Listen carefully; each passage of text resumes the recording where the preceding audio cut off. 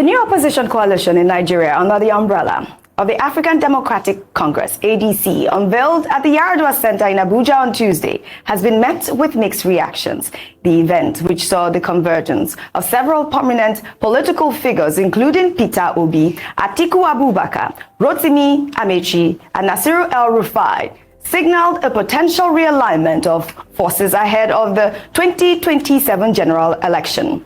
Former Senate President David Mark and former Minister of Interior Rauf Aregbesola took on interim leadership roles. The gathering aimed to present the ADC as the official platform for the new opposition coalition. Let's take some reactions. I'll take this from Festus Keyamo. He wrote a lengthy tweet, and I'll read it in part.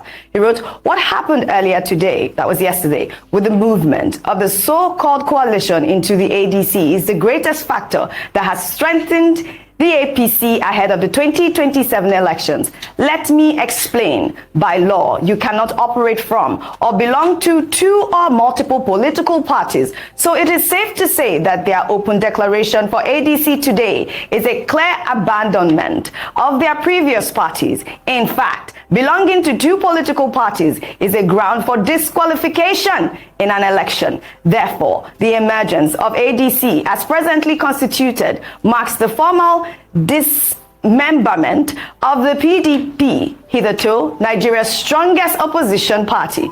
Majority of the old guard in the PDP, who have apparently lost control of the party, have been pushed out of the party by the younger Turks within the PDP. That is why the gathering today was a conglomerate of former this and former that of the PDP. No matter how you look at it, this is just Atiku's faction of PDP in desperate search for the 2027 presidential ticket. Nothing more, nothing less. The person who the old cunning guards want to take for a ride in all of this is Peter Obi. They want his votes, but don't want to give him their presidential ticket because this is Atiku's show, Simplicita. That is why David Mark is the interim chairman. Those who know politics know what I am saying. But if you do not give Peter Obi the presidential ticket, you lose his supporters. It is as simple as that. And how can you make someone who won two regions in the last election, Southeast and South-South, a running mate to the person who won only by one region, Northeast? Therefore, when the dust settles, you will discover that PDP and the Labour Party have lost something. The ADC have only gained something like a caricature, but the APC has lost absolutely nothing. Before I take Peter Obi's response, I'd like your thoughts on what Festus Keyamo said. I mean, I think that his, statement there, for me, was quite apt. Really, I mean, that's my own take, my own opinion, and that's why I thought to highlight that tweet. Well, I beg to disagree. Yes, go ahead. Political party to party, they belong to one party. The other day, the metaphor I gave is that they have a passport of one party, but they have visas to visit all other parties when it's convenient. It didn't start with the ADC. So the president was set by the APC in the 2023 election.